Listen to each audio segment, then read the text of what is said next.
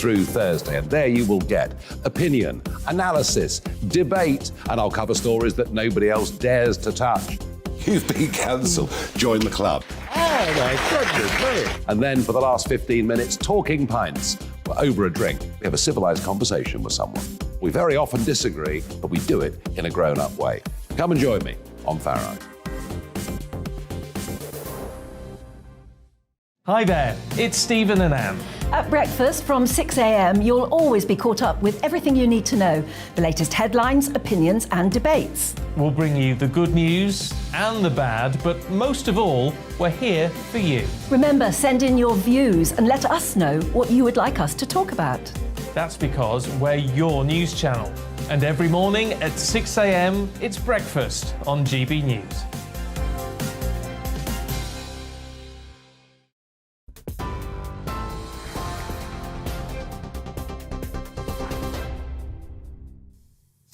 Good evening, it's 11 o'clock. I'm Tatiana Sanchez in the GB Newsroom. The Prime Minister and US President have met at the United Nations General Assembly in New York, with Ukraine dominating the conversation. Downing Street says Liz Truss and Joe Biden agreed that the actions of Russian President Vladimir Putin highlights the need for allies to continue their economic and military support to Ukraine. The pair also spoke about peace in Northern Ireland, agreeing the priority is to protect the Belfast Good Friday Agreement. A spokesman said they did not discuss a UK-US trade deal. Liz Truss says Vladimir Putin is desperately trying to justify a catastrophic failure in Ukraine as she accuses the Russian president of saber-rattling. Her comments come after Putin announced 300,000 military reservists are being called up to fight in Ukraine.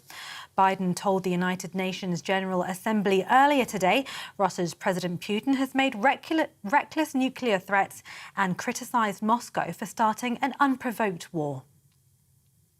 5 British nationals who were captured in Ukraine by Russian-backed forces have been released.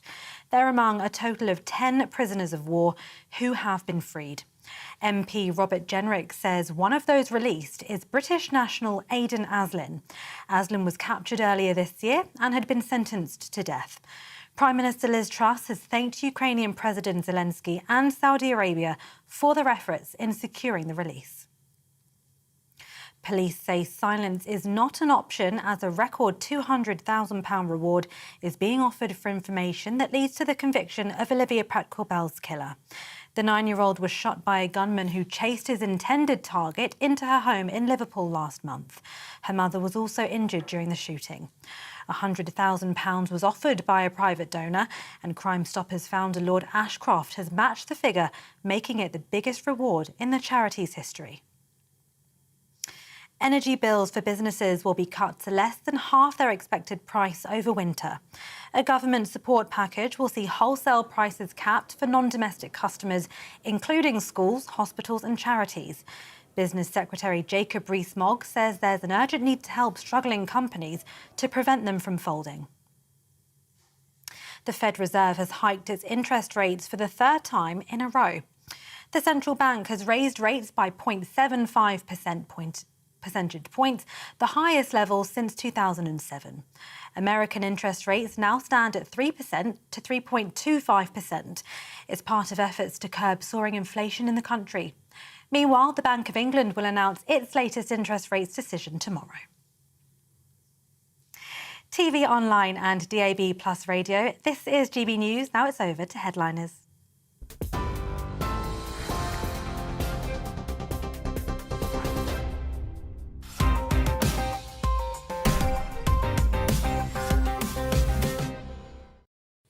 Hello and welcome to Headliners. I'm Nick Dixon. If you're expecting Andrew Doyle, I'm afraid he's busy correcting people on Twitter. But fear not, because we have one of the finest lineups in the nation. I'm joined by Leo Kearse, PhD, and Lewis Schaefer, LSD, presumably. We don't know exactly how he ended up like this.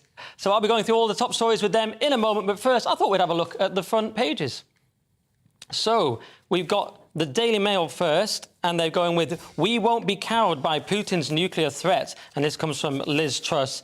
I believe this is going to be the theme of most of the papers today. And the Independent has, "Biden condemns Putin's reckless nuclear threat." That's the speech by Joe Biden we'll be getting into in a moment. The Guardian goes with Biden condemns Putin's imperial aims as Moscow raises the stakes. And they've also got at the bottom, fracking won't work in UK, says fracking firm founder. Leo Kearse will be furious. The Financial Times has got Putin makes nuclear threat as he mobilises army reserves for war. And yes, very much the theme tonight, obviously. Daily Express, your doctor must see you in 2 weeks. So we're going to try and fix the GP system. We'll be getting into that story as well. Metro has gone with Russians see red at Vlad. Protesters shout, send Putin to trenches as more than 1,300 held. So they've gone with the anti-war protest angle. And finally, the Daily Star has ET thrown home. Investigators call for space-obsessed Prince Phil's UFO dossier to be open to public. And they've decided that the Putin story is second, and they've gone with Vlad's on a mad one. So those are tomorrow's front pages. Now let's get into them.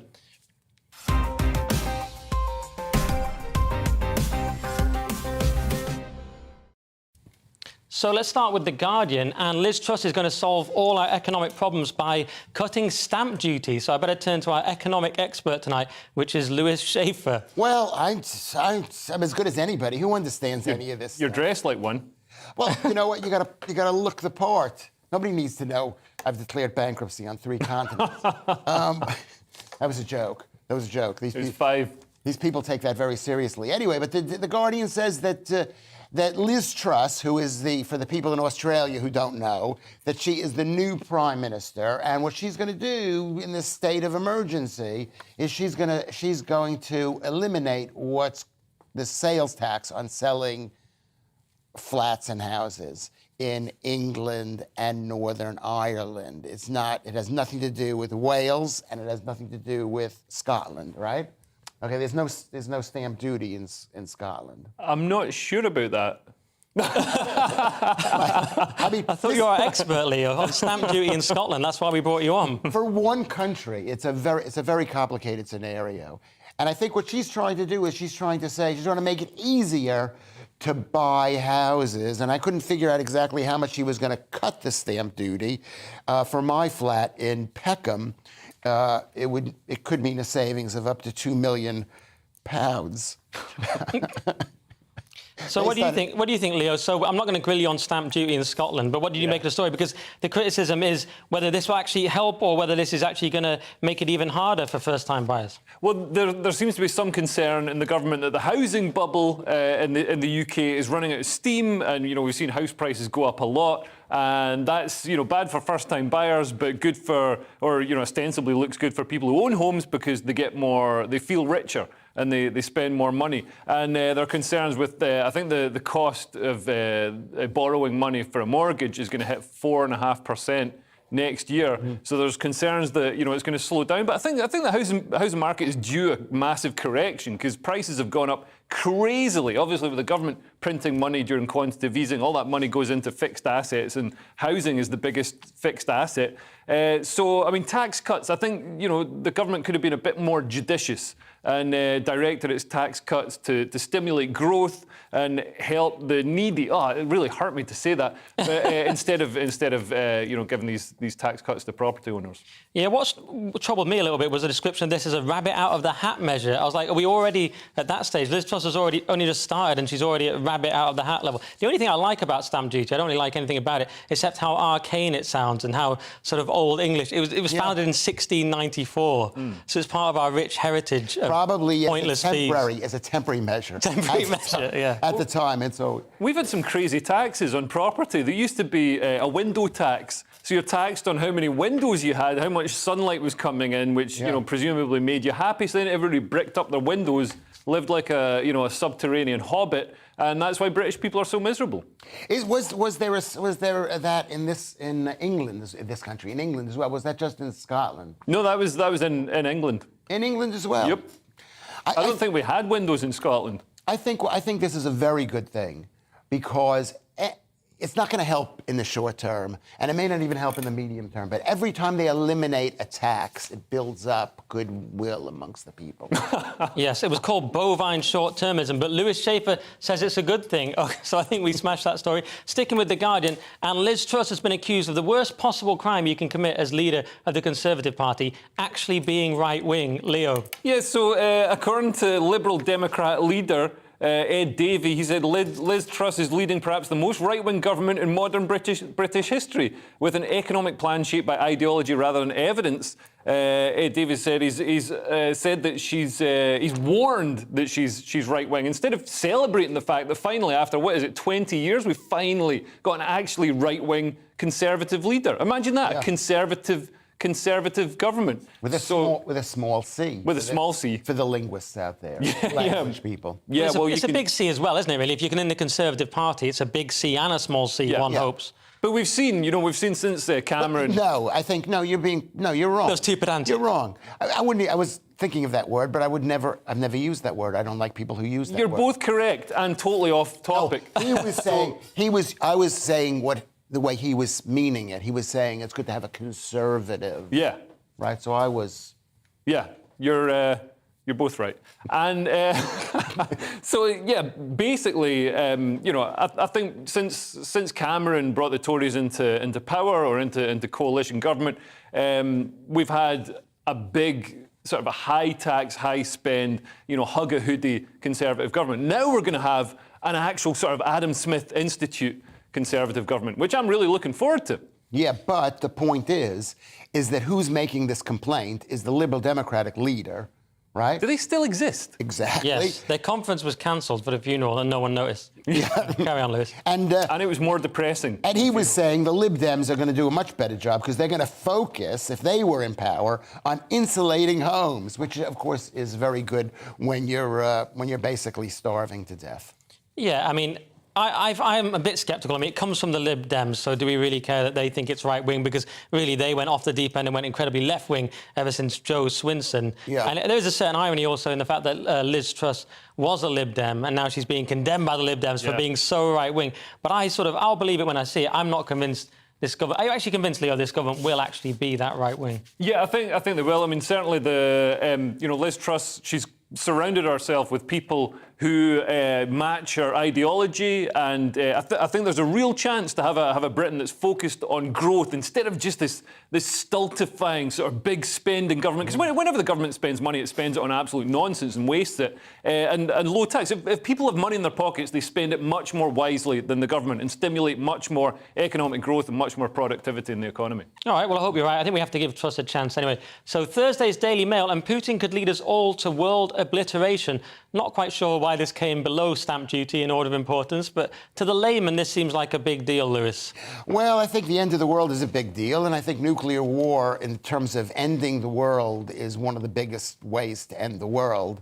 I think it's very scary. I think the question is it the end of the world? And I think in these times, when people are being so stupid, that you have to put your bets that this... I know this is not the... I don't know, am I allowed to say this is the end of the world? I think it's the end of the world. It's Putin. Putin basically did a bad job in the Ukraine, and with the money that we, the West, have given Zelensky and the Ukrainians, is that it seems like they're winning. The problem with Russia is they are like a crazy man living in a field. This is Lewis Schaefer's crazy man in a field theory. They have only two ways of protecting themselves, and one is a lot of land around them, and if you take a little bit of their land, they go mental. Okay, they like a big front garden so that no one messes with them, front yard for our American listeners. But they also need the world to think that they are capable of anything and cannot lose. Yeah. I like the fact that you thought the word yard was the only problem with that rant. But I get your point. I mean, I suppose the danger is if you corner Putin, as people saying we are doing, where is there for him to go? It's not like World War II where you can just win outright, you win the war and you're like, we won, because with nuclear war, no one wins. So you surely have to give him an option to save face. Well, yeah, it's like Sun Tzu said, build your enemy a glorious golden bridge to retreat across. And I don't know if Putin's got that at the moment. At the moment, he's really... I mean, this is a sign of weakness, him threatening nuclear annihilation and threatening mass conscription. Yeah. It's funny enough, we've seen protests in Moscow and St. Petersburg and some other places, and apparently the protesters, the anti-war protesters in Russia, are being arrested, taken to the police station, and then being served papers to serve in the military, because they've got new rules that say, if you're in jail, you can be conscripted into the military. So they're going to have anti-war protesters in their military, which might not be the most motivated army to retake that land in Ukraine. But I mean, this is really, Putin could step back. The one thing he's good at is suppressing dissent in his own country. So he could sign some sort of peace deal. Maybe as a concession, he could have some part of Donetsk or whatever, the Donbass. Maybe I think Ukraine is in a position to retake Crimea. I think Russia looks really weak here, and there's also all the Russia's sphere of influence is retreating as well. There's like fighting breaking out between Armenia and Azerbaijan, and also Tajikistan and one of the other stands. So yeah, I think Putin looks very weak. Russian arms sales as well are plummeting. Nobody believes in Russian military technology anymore, because they've seen it's been absolutely rubbish at taking. I mean, because Ukraine is quite a small country. So are you saying that that's a way out for Putin? That's not a way out for Putin. It's not really a way, but he can just say, he controls the media. He can just say, yeah, look, I've won this thing I already had. And then...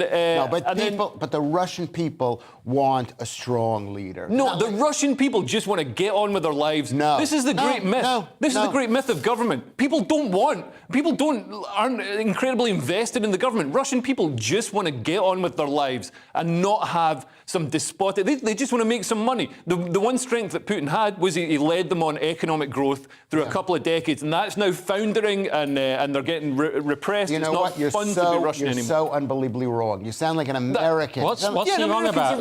Let me explain, because I don't quite understand why you're wrong. What he's on about, he's saying, they're just like us, they just want to get on with their lives, Putin has a way out. No, the Russians, in order to feel confident in their own home, they need to believe that they've got secure borders and that they are protected. Russia, they don't have any natural defenses, and they're very that's a nonsense. Well, that's an interesting point, because whoever replaces Putin, because it's likely he will get replaced at some point by some cabal of former FSB agents, such as similar to himself. But the American military commanders and American diplomats are talking already about how they communicate to the next Russian leadership, that America and NATO isn't a threat to Russia. We don't want to invade Russia. They've got nothing. They've got nothing we want. Anything they've got, they can sell to us. Just very quickly, Lewis says it's the end of the world. Do you think it will be the end of the world, Leo? Will nukes actually get launched? There's definitely more of a chance of it, especially a tactical battlefield nuke that could kill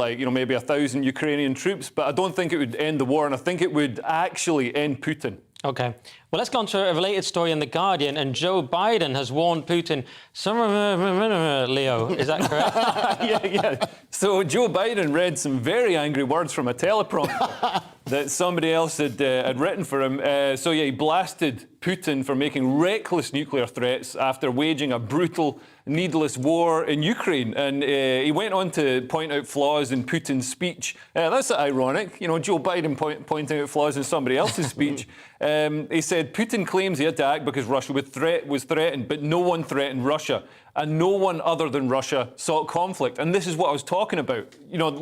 Russia or Putin had this, I don't know if it was COVID, I don't know if it's he's just getting old, or it's the hubris of megalomania, but he believes... he's got this real sort of persecution complex. Oh, you're saying... This is the thing about you. You are one of the most naive people in the world. I'm naive. Leo's naive. I've never heard that one before. I've heard him called a lot of things. You're saying it's just Putin whose idea was this. The Russians actually... The Russian people are like, please, Ukraine, please, Putin, you've got to invade Ukraine. Yeah. That's nonsense. Yeah. Nobody in Russia, apart from Putin, and maybe some, Russian nationalists who believe in, the Soviet Union. None of them. No Russian people. The border over there, as somebody... And you know something claiming knowledge of this because I am Ukrainian. I have a DNA test. I've spent time in the Russian Federation. And I've drunk Stolen Every week you're a different nationality. You're like the Rachel Dolezal of headline. Because you know what? I've got feelings, and you're from Scotland, and it's too cold up there for you. I've got a feeling. But just back on the topic, was anyone impressed by this speech? Because I watched some of the Joe Biden speech. I tried to watch it. It was a kind of drone. It went over my head. I feel like Trump, if he made this speech, it'd be memorable. There'd be a phrase like "Little Rocket Man." Well, yeah. Whereas Biden, we'd all be in the basement right now. Hunkering. No. Well, that's as I've said to you before, Leo. That's empirically false because during Trump's tenure, we had peace. So actually his threatening Russia was effective. And what troubles me is that in the Cuban Missile Crisis, when tensions were high, we had Kennedy, and now we have Biden. Does that trouble you, Lewis? Do you know what? I've moved on from this guy. I couldn't even read it, and when it's written down, you can't watch the guy. His skin looks like it's been poured over his head. He's so old. You can see. He's only 6 years older than you. Do you know what? He hasn't been eating an all-meat diet. He's been eating a vegetarian diet. Yeah, you look a lot better than Joe Biden. You as president would be the most terrifying thing imaginable, but you look great. Well, all right, let's do one more story before the break, and this is a very sad story. Thursday's Guardian has this horrific story you'll be aware of about the death of a 9-year-old girl, Lewis. Well, this is absolutely tragic. It doesn't really happen in this country that much where people get shot with guns. This was by accident. This little girl got in the crossfire, and they're still looking for the person who killed her. She wasn't murdered in a way because they didn't try to kill her. They tried to kill somebody else. The guy that they tried to kill is still in the hospital, and he's not giving up any information, and nobody in Liverpool is giving up any information about this guy. So it must be a very powerful gang that's... Yeah, and just to clarify, he tried to shoot this man, Joseph Nee. He actually shot the mother through her wrist. It hit the girls. A horrific story. And now there's this CCTV, so they've put out this £200,000 reward. Leo, it's a horrific story, and it makes me think if maybe sometimes there's a place for the cops of old who weren't afraid to bend the rules a bit. Now we're also intent on cops following every single procedure and filing all the paperwork. Maybe we need to just switch off the tape recorders in the cells and let them go to work on. So you're saying they should go to the guy in the hospital who was shot and just lean on him? I think that's where the information is. He should know who shot him. Yeah, I think he knows. I think he knows who's trying to shoot him. So, I don't know, maybe we could assume he's claiming benefits in several different towns. So maybe cut off his benefits, maybe... I think it's a bit worse than that. I think he knows the guy. All right. Yeah. So, all right, that's all for part one. Coming up, we've got more fun times in Leicester, Qatar's spotless human rights record, and DIY dentistry. See you in 2.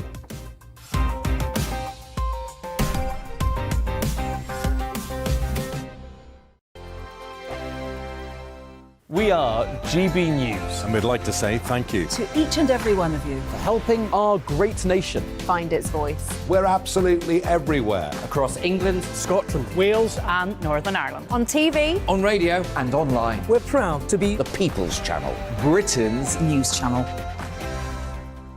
On the Mark Steyn Show, we cover the stories a lot of people are scared even to mention. The stuff that really matters with some of the world's biggest thinkers. Now is his opportunity to kind of take the steering wheel of history. Break away from the flop at 8 o'clock on GB News with the Mark Steyn Show. Hello, I'm Esther McVeigh. And I'm Philip Davis. Whether you're watching or listening on TV, online or on radio, we handpick the latest stories, debates and expert opinions for your weekend. So whether that's politics, news or showbiz, we've got it covered. Join us every Saturday morning at 10 o'clock on GB News. Join my show Farage, 7 p.m. till 8 p.m. Monday through Thursday, and there you will get opinion, analysis, debate, and I'll cover stories that nobody else dares to touch. You've been cancelled. Join the club. Oh, my goodness me. And then for the last 15 minutes, talking pints. We're over a drink. We have a civilised conversation with someone. We very often disagree, but we do it in a grown-up way. Come and join me on Farage. Hi there, it's Stephen and Anne. At breakfast from 6 a.m, you'll always be caught up with everything you need to know, the latest headlines, opinions and debates. We'll bring you the good news and the bad, but most of all, we're here for you. Remember, send in your views and let us know what you would like us to talk about. That's because we're your news channel. And every morning at 6 a.m, it's breakfast on GB News.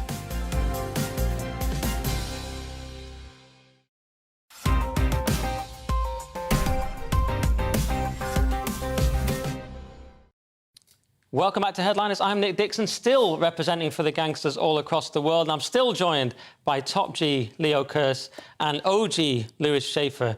And I apologise to the many people across the nation who didn't get any of those references. Let's kick off with Thursday's Independent. And I hear everything is going totally fine in Leicester, Leo. Well, yeah, they've been having these riots in Leicester between gangs of Muslim and Hindu youths. And according to this newspaper story, Leicester residents are said to be petrified to leave their homes after religious tensions led to clashes in the city, which have now spread to Birmingham, where, of course, there are large communities of those two ethnic groups, Hindus and Muslims. And scores of masked men gathered outside the Durgwa Bhawan Hindu temple in the Smethwick area of Birmingham on Tuesday night, protesting against a planned event. And there've been, I've been watching some of the footage of the riots, and they're full on, like cars getting overturned and set on fire. There's people with blood streaming down their face. I'm amazed, nobody's been killed yet. And people are blaming it on everything apart from what it obviously is, a complete failure of Blairite sort of multiculturalism and faith schools that allow people, instead of integrating into UK society and becoming, sort of Western liberal democratic British citizens, they maintain their tribal rivalries from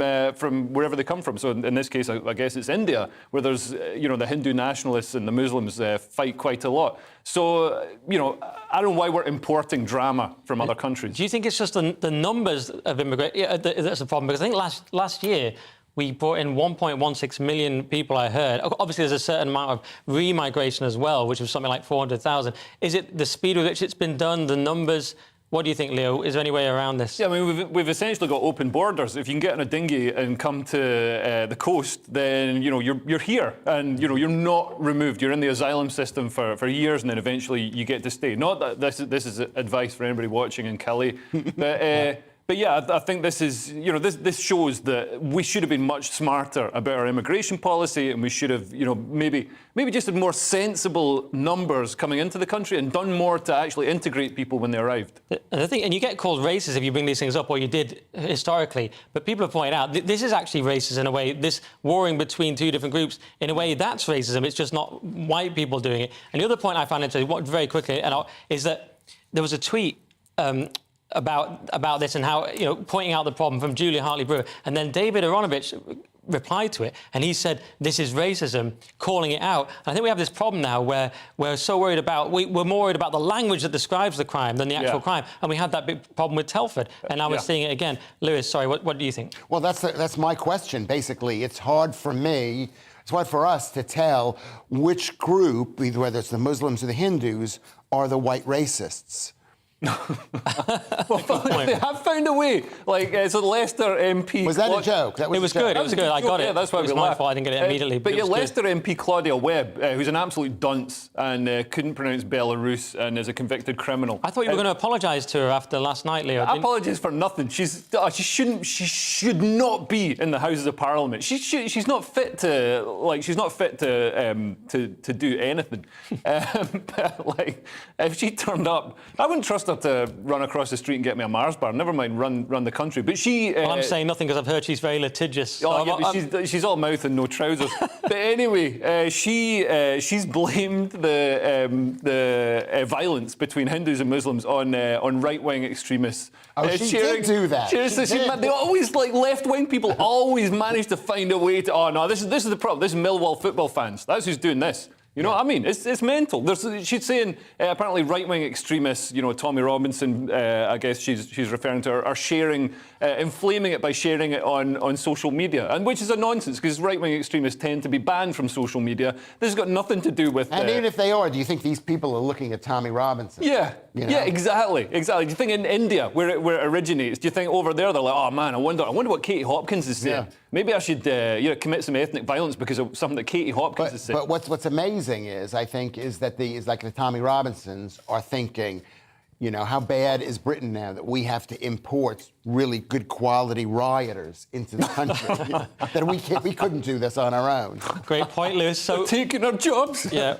All right, let's crack on. Thursday's Daily Mail with a World Cup story. And finally, England are speaking out on Qatar's human rights record. I didn't realise there was a problem, Lewis. I didn't realise. Of course you realise it's a problem. It's Qatar. It's in the Middle East. These people were I don't know, animals. I don't mean it that way. I mean, they're really bad when it comes to the human rights. And everybody knew this. And didn't Qatar involved in paying people off in order to win the... Well, I was referencing the fact that thousands allegedly died in the building of these stadiums. Yeah. And now we're finally actually acknowledging that with this story. But not really. There's going to be a rainbow armband for Harry Kane is apparently the extent of it. One out of the entire team. In a country where you get beheaded for having homosexual sex. Yeah. Oh, we have a picture of the rainbow armband. Do you think that's going to solve the Qatar human rights problems? Only Leo? if they take the knee on the graves of people who died under the stadium. I think it's the problem is it's big business, and we shouldn't have held it there. I mean, we have to do it in the wintertime because it's boiling hot there in the summertime. So they knew it was bad. And if you're interested in me, I'm at Lewis Schaefer at Twitter, LewisSchaeffer. I didn't quite see how that was related to the problems in Qatar. It wasn't, but I'd written it down, and I think... You've actually written that down? I thought that was a desperate ad-lib. That was written... Anyway, No, because my name is never mentioned on the screen there. You don't put Getting away from Lewis's desperate narcissism, this actually shines a light on an issue that doesn't get a lot of attention. So modern slavery, there are 49 million slaves in the world right now. Way more, millions more than there were at the height of the transatlantic slave trade. It gets no attention because woke people just care about things that white people did wrong. Yeah. All right. Well, I think we've nailed that story. And let's do one from the Express. And my favourite thing is to get up at 8 a.m, get on the phone, be put on hold for about an hour, try and book a GP appointment in around 2 weeks' time that will also be on the phone, and then one day maybe get to see an actual human. But apparently my favourite hobby is in danger, Leo. You could just go to the STD clinic. They'll see you sooner.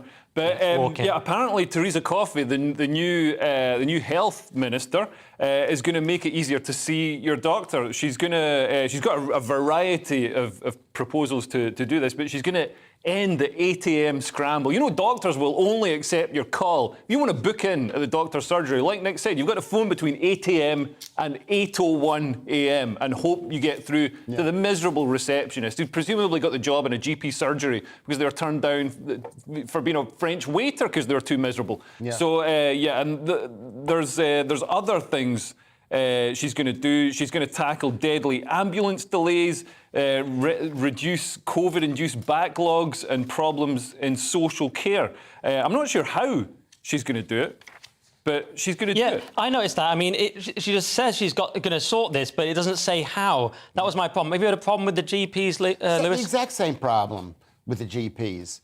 I mean, you know, they treat me much better because they think I'm going to go back to America and tell Americans how horrible the NHS is.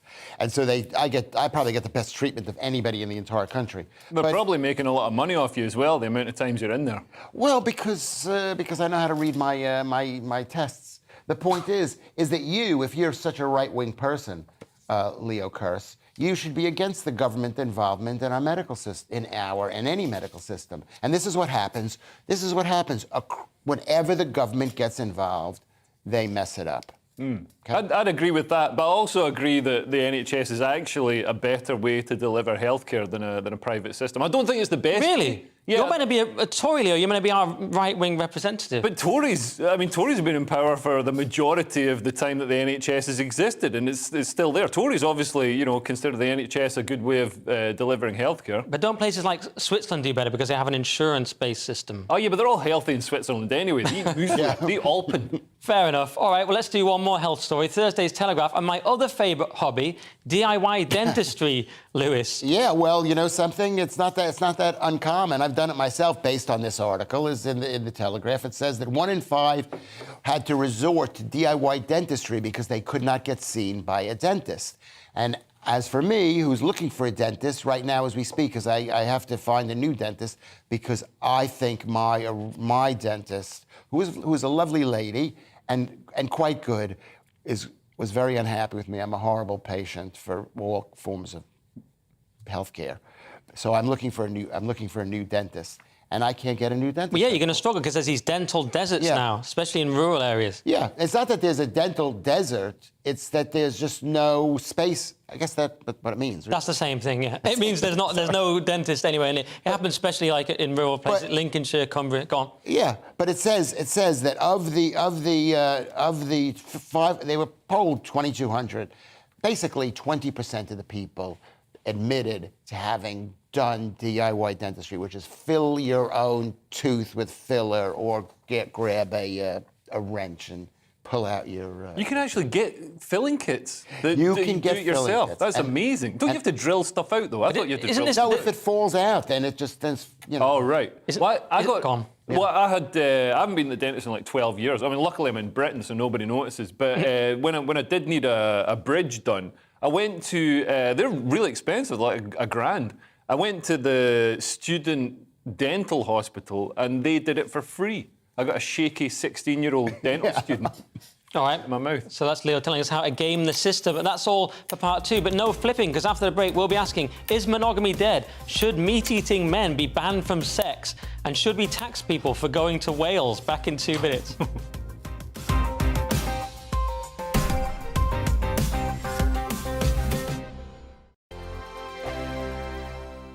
We are GB News. And we'd like to say thank you To each and every one of you. for helping our great nation Find its voice. We're absolutely everywhere. across England, Scotland, Wales and Northern Ireland. On TV, on radio and online. We're proud to be The People's Channel. Britain's news channel. On the Mark Steyn Show, we cover the stories a lot of people are scared even to mention. The stuff that really matters with some of the world's biggest thinkers. Now is his opportunity to kind of take the steering wheel of history. Break away from the flop at 8 o'clock on GB News with the Mark Steyn Show. Hello, I'm Esther McVeigh. And I'm Philip Davis. Whether you're watching or listening on TV, online or on radio, we handpick the latest stories, debates and expert opinions for your weekend. So whether that's politics, news or showbiz, we've got it covered. Join us every Saturday morning at 10 o'clock on GB News. Join my show Farage, 7 p.m. till 8 p.m. Monday through Thursday. And there you will get opinion, analysis, debate, and I'll cover stories that nobody else dares to touch. You've been cancelled. Join the club. Oh, my goodness, brilliant. And then for the last 15 minutes, talking pints. We're over a drink. We have a civilised conversation with someone. We very often disagree, but we do it in a grown-up way. Come and join me on Farage. Hi there, it's Stephen and Anne. At breakfast from 6 a.m, you'll always be caught up with everything you need to know, the latest headlines, opinions and debates. We'll bring you the good news and the bad, but most of all, we're here for you. Remember, send in your views and let us know what you would like us to talk about. That's because we're your news channel. And every morning at 6 a.m, it's breakfast on GB News.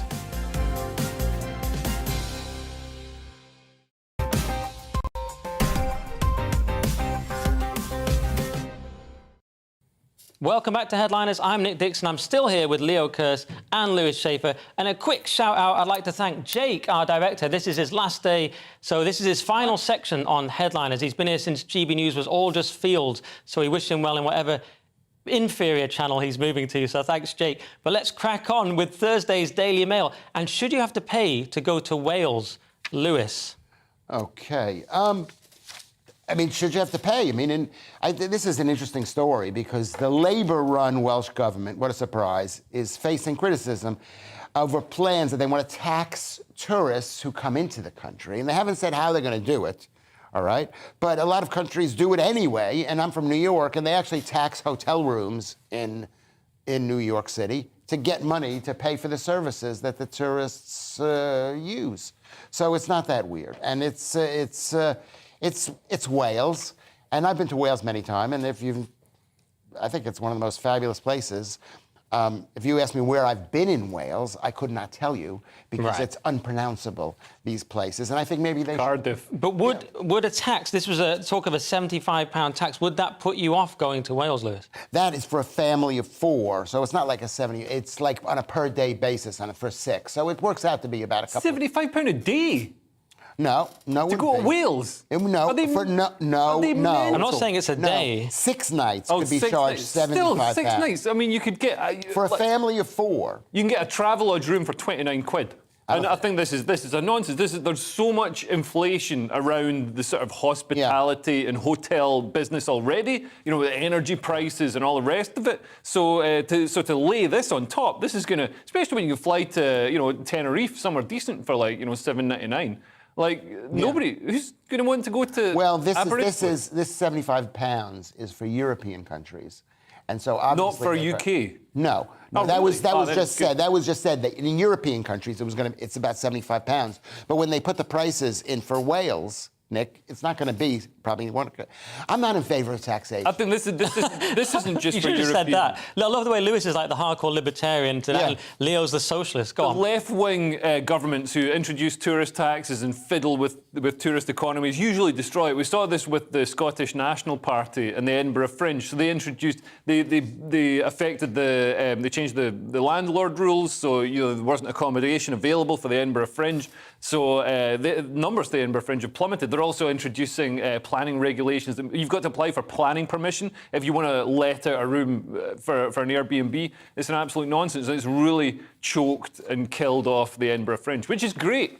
It's great. The Edinburgh Fringe is awful. It is. I hope never to do it again. Well, let's move on because I hear... This is a very sad story, actually, Leo. I hear Mark Zuckerberg has fallen on hard times. Yeah, it's very sad. Mark Zuckerberg's wealth has plummeted by $71 billion this year. That's more than any other billionaire tracked by Bloomberg's ratings. So Zuckerberg, 38, was worth $142 billion in September 2021. On Tuesday, he was worth a mere $56 billion. I hate that. When I'm down to only 56 billion in my account, I'm like, it's stressful, isn't it? But it is paper money. And I think, Facebook, who goes on Facebook anymore? I just, go on there to see what my mum's been up to. It's a nonsense. Everybody's on TikTok and YouTube. Yeah, well, it seems to have something to do with his pivot to the metaverse. And the problem is, no one likes the metaverse or wants it. He called his company Meta. He keeps going on about this, which is just this nerdy universe where you live as a sort of avatar and no one wants it. He's been shown,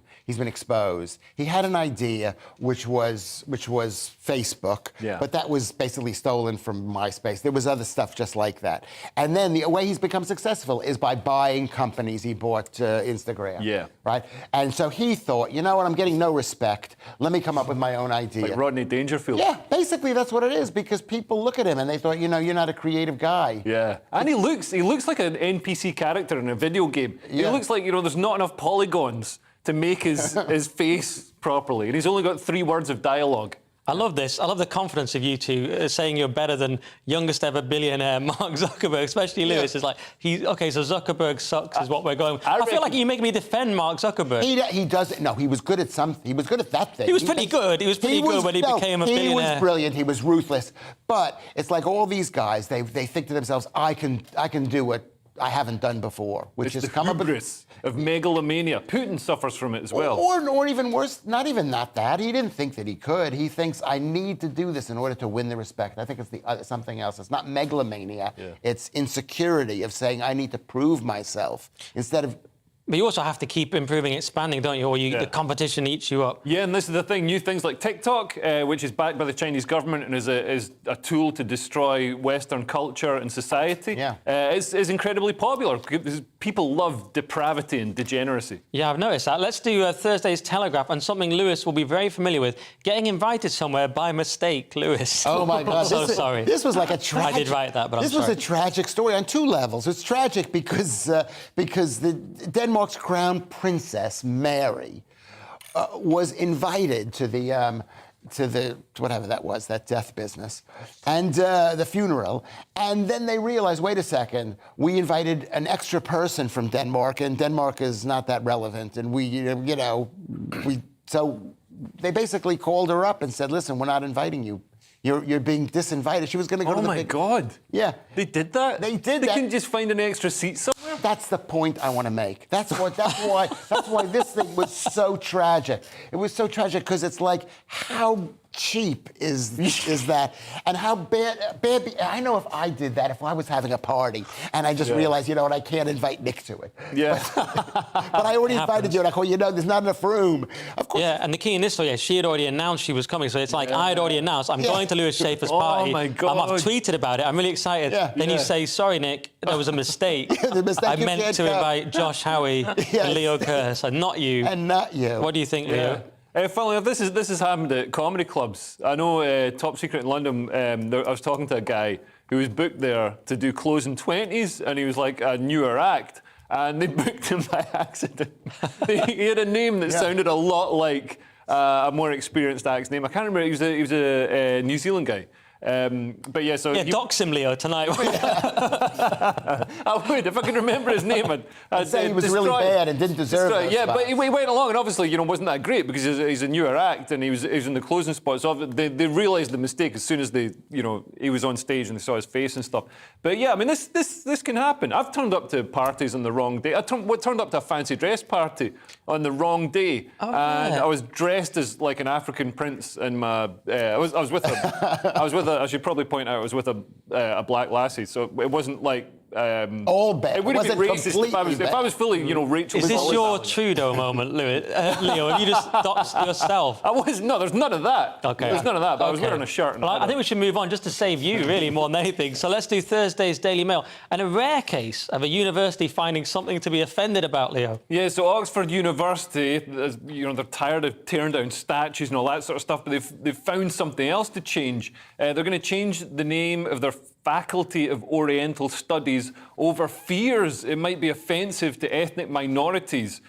Scholars say that the word Oriental, which many view as a byword for of the East, perpetuates stereotypes and recalls British colonialism. And yeah, it should recall British colonialism. The wonderful British colonialism that built this country, built Oxford University, delivered so much good for the world. Railways, antibiotics, telephones. So my problem with this is surely Oriental does just describe the East in a sort of neutral way. Yeah. And the opposite is Occidental, which describes Western. Yeah. And no one has a problem with that word. Most people don't even know that word probably, but they're just opposites. And there's no value judgment attached. It's like I was in a WhatsApp group and there's some people, and it's North London, right? So someone said, oh, by the way, just FYI, the Turkish kids have smashed a bottle, so you might want to watch out. And people said, can we not refer to them as the Turkish kids? I'm like, it's a nationality. Yeah. There's actually, the fact that you think that's bad shows something wrong with you, not the person writing it, because there's no value judgment in Turkish. They used to have an empire. They were doing all right. Do you know what I mean? It's not even like they're victims. You just said the two Ottoman kids. Right, exactly. But yeah,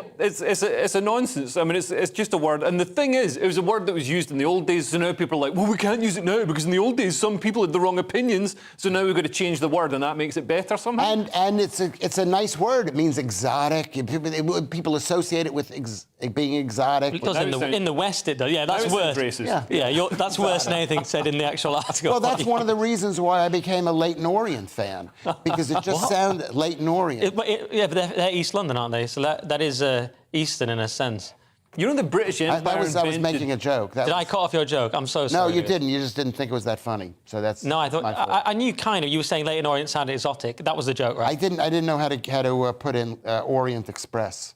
Oh, I see. Well, that goes. You've done it now. Yeah. The Orient Express goes They'll be across. laughing at home. But the Orient Express ends up in Istanbul. Yeah. Interesting. Which are okay. Turkish. Well, I don't think this story is offensive, but I think everything we just said probably is. So maybe we should move on to another one and do Thursday's Independent. And since I remain totally neutral as host, I'll just say the left-wing media are pushing social degeneracy once again, Lewis. Well, maybe they're pushing me. That's why I'm on this show, is social degeneracy. Anyway, this is one of the most ridiculous articles I've ever seen, because it's the Independent, which should be a legitimate publication. They're pushing polygamy, but now they call it polyamory. Polyamory, The right? Independent isn't a legitimate publication. It's not even a legitimate blog. No, it isn't. But the point is, it's something that's close to my heart, because I'm into ethical non-monogamy.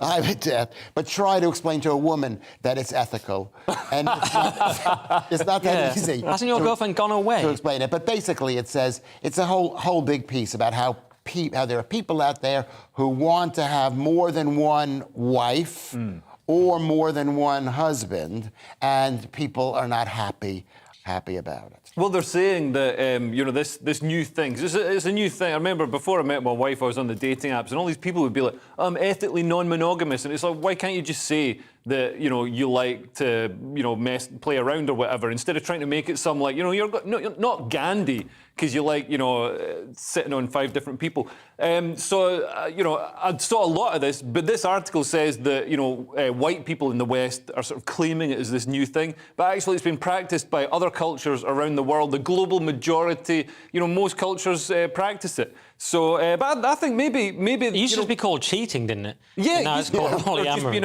a massive sort of, I can't say the word because we go out promiscuous. Yeah, promiscuous. That's a good word. That's a nice word for it. But no man would ever say ethical non. Oh, they do now. All these woke lefty. Do they do that? Guardian but I reading. think historically, it's the kind of thing that a woman would. Sorry, I didn't mean to. When I saw this headline, I guessed it was either the Guardian or the Independent, because it's the classic lefty media pushing these kind of things. Whereas actually, what we need is monogamy. Monogamy, by the way, not only creates a more stable society, it creates a more productive society. That's proved. Exactly, because we channel the sexual frustration into productivity, into scientific advancement. Yeah. All that, pent up, unreleased energy goes into progress. And to paraphrase Woody Allen, I think one wife is more than enough.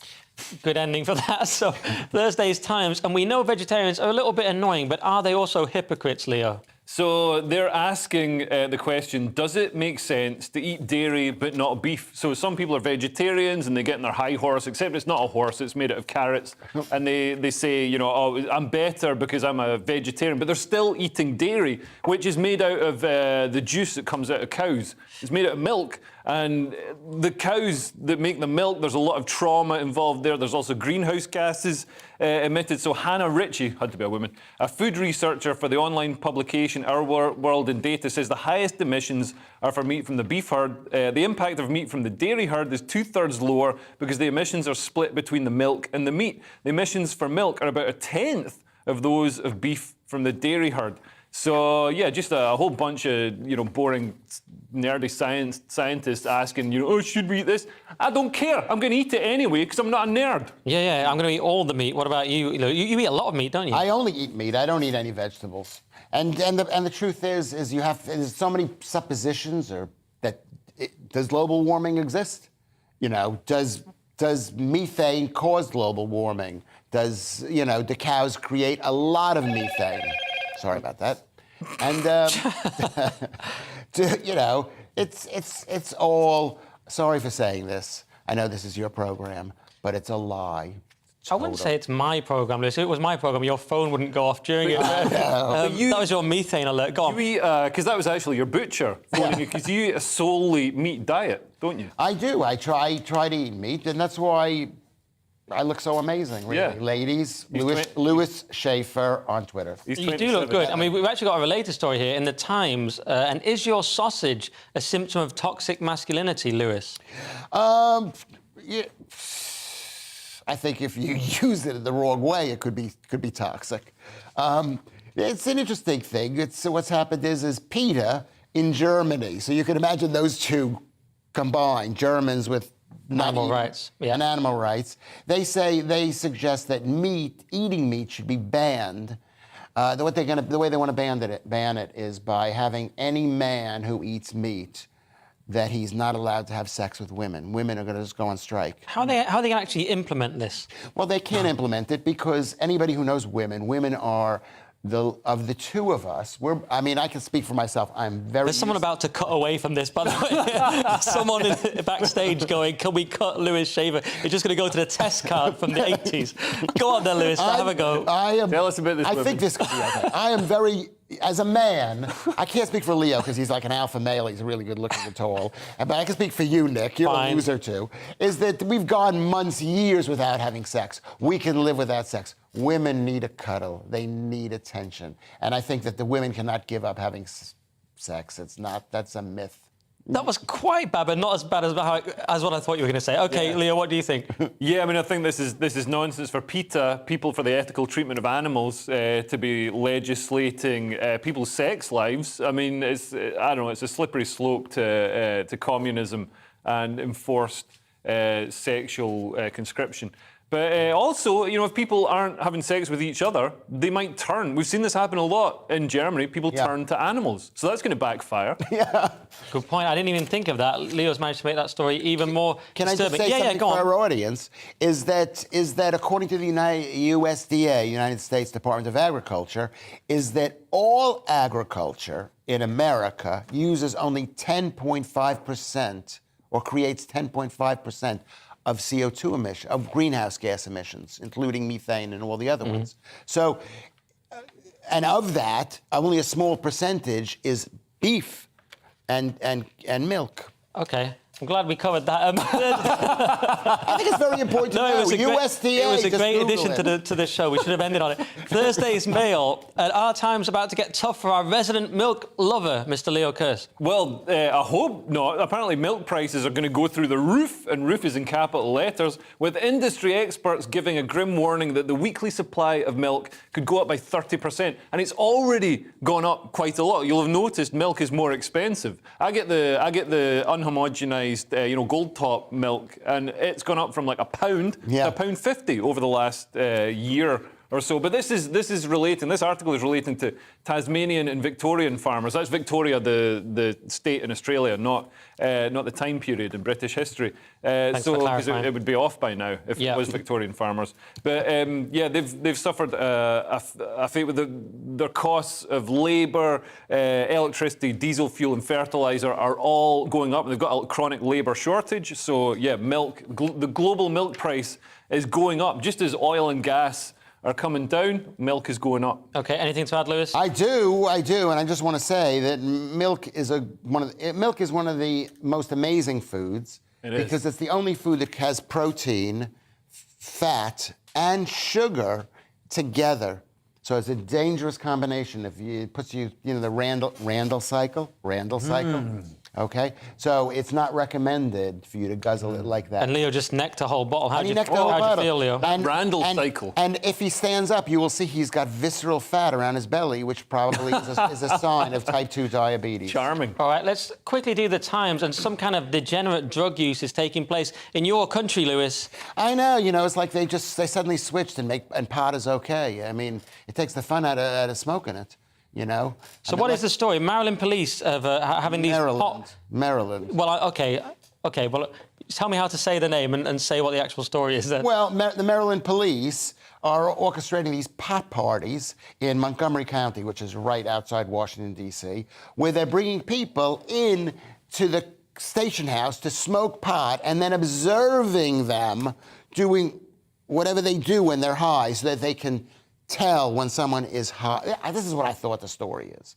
They're able to... Did you read this story? He read it, but he was high on pot at the time. Do you want to clarify it, Leo? It's basically they're having pot. They're sort of monitoring people smoking pot to see the effects. Yeah, that's what I said. Something like that. I'm just worried I've got visceral fat. You do have visceral fat. You've got fatty liver, and you probably have fatty liver. You probably have high uric acid levels from the lack. Well, maybe I'd be fine to go in front of Maryland police then with my acid levels. Is this too liberal for you? This is too liberal for me. I would ban all drugs. How about you? Yeah, just think. I mean, they've decriminalised pot and legalised it so they can tax it and stuff. But actually, people are turning in some places in America. People are turning back to illegal pot because of the taxes on the legal pot. All right. Well, I think we're going to have to end it. Thanks for everything. I mean, thanks, guys. You were brilliant. Sorry for everything Lewis said, mainly. and tune in again tomorrow at 11. I won't be here, so I'm doing some DIY dentistry. But there will be someone else here, so we'll see you then. Good night, and God bless.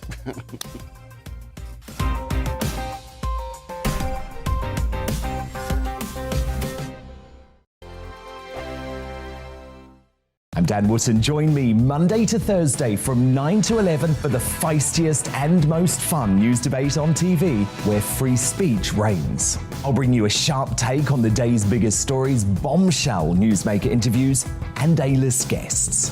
And I guarantee you, no spin, no bias, no censorship, and no reason to go to bed. That's Dan Wootton Tonight, Monday to Thursdays from 9 on GB News.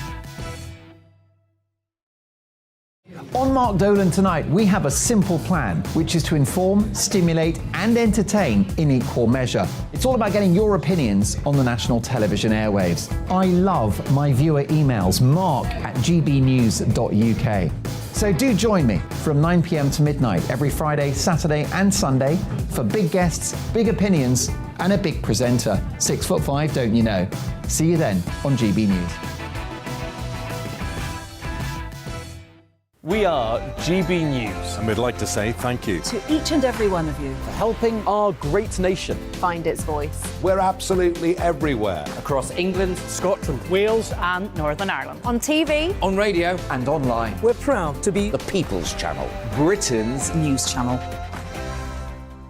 On the Mark Steyn Show, we cover the stories a lot of people are scared even to mention. The stuff that really matters with some of the world's biggest thinkers. Now is his opportunity to kind of take the steering wheel of history. Break away from the flop at 8 o'clock on GB News with the Mark Steyn Show. Hello, I'm Esther McVeigh. And I'm Philip Davis. Whether you're watching or listening on TV, online or on radio, we handpick the latest stories, debates and expert opinions for your weekend. So whether that's politics, news or showbiz, we've got it covered. Join us every Saturday morning at 10 o'clock on GB News.